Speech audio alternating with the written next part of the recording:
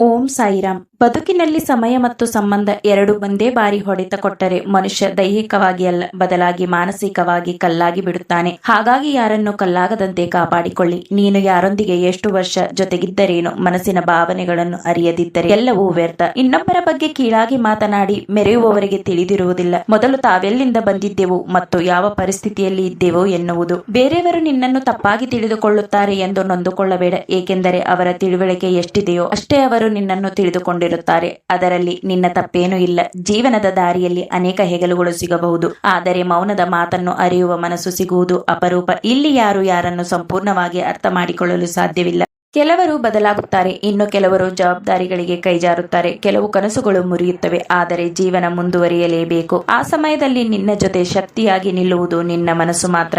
ಗಿಡಗಳಿದ್ದಾಗಲೂ ಚುಚ್ಚುವ ಮುಳ್ಳುಗಳು, ಒಣಗಿ ಉದರಿದ ಮೇಲೆಯೂ ಚುಚ್ಚುವ ಮುಳ್ಳುಗಳು ತನ್ನ ಚುಚ್ಚುವ ಗುಣವನ್ನು ಎಂದಿಗೂ ಬಿಡುವುದಿಲ್ಲ. ಹಾಗೆಯೇ ಕೆಲವರು ನಿನ್ನ ಬದುಕಿನಲ್ಲಿಯೂ ಇರುತ್ತಾರೆ.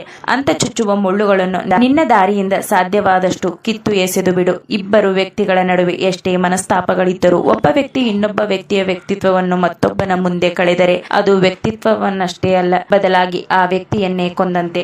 ಒಂದು ಒಳ್ಳೆಯದು ಮತ್ತು ಕೆಟ್ಟದ್ದು ಸೇರಿಯೇ ಮನುಷ್ಯನಾಗುತ್ತಾನೆ. ಜೀವನದಲ್ಲಿ ನಿನಗೆ ಮೋಸ ಮಾಡಿದವರು ಕೂಡ ಒಂದು ರೀತಿಯ ಗುರುಗಳೇ, ಏಕೆಂದರೆ ಅವರು ಕೊಟ್ಟ ನೋವು ಮುಂದೆ ಮತ್ತೆ ಯಾರಿಂದಲೂ ಮೋಸವಾಗದಂತೆ ಬದುಕುವ ಪಾಠವನ್ನು ಕಲಿಸುತ್ತದೆ. ನಿನ್ನನ್ನು ಮೋಸ ಮಾಡಿದವರು ಶತ್ರುಗಳಲ್ಲ, ಅವರು ಪಾಠ ಕಲಿಸಿದ ಗುರುಗಳು. ನಿನ್ನನ್ನು ನೀನು ಕಾಪಾಡಿಕೊಳ್ಳುವುದು ಹೇಗೆಂದು ಅವರು ಕಲಿಸಿರುತ್ತಾರೆ. ಹಾಗೆಂದು ಮೋಸಕ್ಕೆ ಒಳಗಾದವರು ಬುದ್ಧಿಹೀನರಲ್ಲ, ಅವರು ನಂಬಿದ ವ್ಯಕ್ತಿಯ ಆಯ್ಕೆಯಲ್ಲಿ ಆಯ ತಪ್ಪಿದವರು ಅಷ್ಟೇ. ಮೋಸ ಹೋದವರು ಅಜ್ಞಾನಿಗಳೂ ಅಲ್ಲ, ತಪ್ಪು ವ್ಯಕ್ತಿಯ ಮೇಲೆ ನಂಬಿಕೆಯನ್ನು ಇಟ್ಟವರು. ಮೋಸ ಅನುಭವಿಸಿದವರು ದುರ್ಬಲರಲ್ಲ, ಅವರು ನಂಬಿಕೆಯ ವಿಚಾರದಲ್ಲಿ ತಪ್ಪು ನಿರ್ಧಾರ ಮಾಡಿದವರು ಮಾತ್ರ. ಬೆಳ್ಳಗೆ ಇರುವುದೆಲ್ಲವನ್ನು ಹಾಲೆಂದು ನಂಬಿದ ಮುಗ್ಧ ಜೀವಗಳು ಅಷ್ಟೇ. ನಿನ್ನ ಜೀವನದಲ್ಲಿ ಬರುವ ಪ್ರತಿಯೊಂದು ನೋವು ಪಾಠವನ್ನು ಕಲಿಸಿದರೆ ಪ್ರತಿಯೊಂದು ಪಾಠವು ನಿನ್ನ ಜೀವನವನ್ನೇ ಬದಲಾಯಿಸುತ್ತದೆ.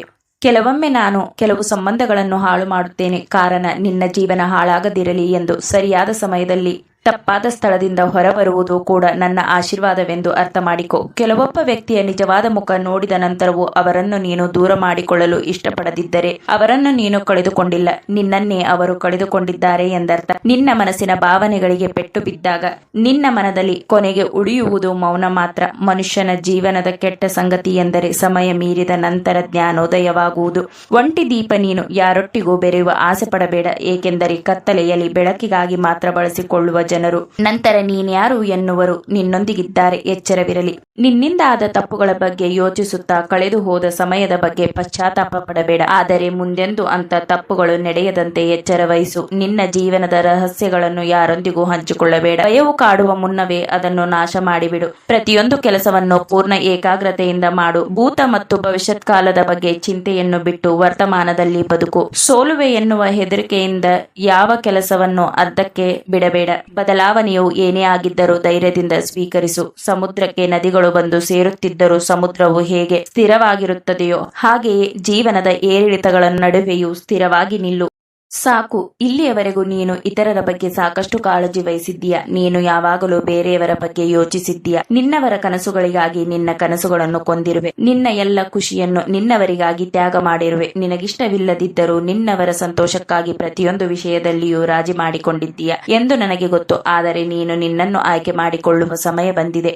ನೀನು ನಿನ್ನ ಕನಸುಗಳಿಗಾಗಿ ಕೆಲಸ ಮಾಡಬೇಕು. ನಿನ್ನ ಅಗತ್ಯಗಳ ಬಗ್ಗೆ ಗಮನ ನೀಡಬೇಕು. ನೀನು ಮತ್ತೊಮ್ಮೆ ನೀನಾಗಿ ಬದುಕಬೇಕು. ನಿನ್ನ ಮನಸ್ಸಿನ ಆಳದಲ್ಲಿರುವ ನೋವು ನನಗರ್ಥವಾಗಿದೆ. ನಿನ್ನವರಿಗೆ ಹೊರೆಯಾಗಬಾರದೆಂದು ನೀನು ಪ್ರತಿ ರಾತ್ರಿ ಯಾರಿಗೂ ತಿಳಿಯದಂತೆ ಕಣ್ಣೀರು ಹಾಕುತ್ತೀಯ. ಬದುಕಿನ ದಾರಿ ಕಾಣದೆ ನಿನ್ನನ್ನು ನೀನು ಕಳೆದುಕೊಂಡಂತೆ ಭಯದಲ್ಲಿರುವೆ. ನಿನ್ನ ಭಯವೇ ನಿನ್ನ ಮುಂದಿರುವ ಸುಂದರ ಬದುಕಿನ ದಾರಿಗಳಿಗೆ ಅಡ್ಡವಾಗಿ ನಿಂತಿವೆ. ಭಯವನ್ನು ಬಿಟ್ಟು ಯಾರು ಏನೆನ್ನುವರು ಎಂಬ ಚಿಂತೆಯನ್ನು ತೊರೆದು ಮತ್ತೊಮ್ಮೆ ಪ್ರಯತ್ನಿಸಿ ನೋಡು. ಈ ಸಲ ಗೆಲುವು ನಿನ್ನದೇ ಆಗಿರಬಹುದಲ್ಲವೇ?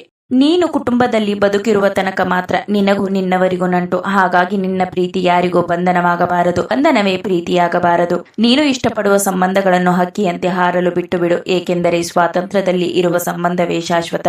ಎಲ್ಲರಿಗೂ ಬೇಕಾಗುವ ಹಣ್ಣು ಕೈ ಸೇರುತ್ತದೆ, ಬೇಡವಾದ ಬೀಜ ಭೂಮಿ ಸೇರುತ್ತದೆ. ಬೇಡವಾದ ಬೀಜದೊಳಗೆ ಸಾವಿರಾರು ಹಣ್ಣು ಬಿಡುವ ಕಾಲ ಬಂದೇ ಬರುತ್ತದೆ. ತಿರಸ್ಕರಿಸುವವರೇ ಪುರಸ್ಕರಿಸುವಂತಹ ಕಾಲವೇ ನಿನ್ನ ಸಾಧನೆಯಾಗುವಂತೆ ನಾನು ಮಾಡುವೆ. ಜೀವನದಲ್ಲಿ ಯಾವುದು ಆಕಸ್ಮಿಕವಲ್ಲ. ನೀನು ಭೇಟಿಯಾಗುವ ಪ್ರತಿಯೊಬ್ಬ ವ್ಯಕ್ತಿಯು ನಿನ್ನ ಹಣೆಯ ಬರಹದಲ್ಲಿ ಬರೆಯಲ್ಪಟ್ಟಿರುತ್ತಾರೆ. ಕೆಲವರನ್ನು ನಿನಗೆ ಪಾಠ ಕಲಿಸಲು, ಇನ್ನು ಕೆಲವರನ್ನು ನಿನ್ನನ್ನು ಗುಣಪಡಿಸಲು, ಮತ್ತೆ ಕೆಲವರನ್ನು ನಿನ್ನನ್ನು ಪ್ರೀತಿಸಲು.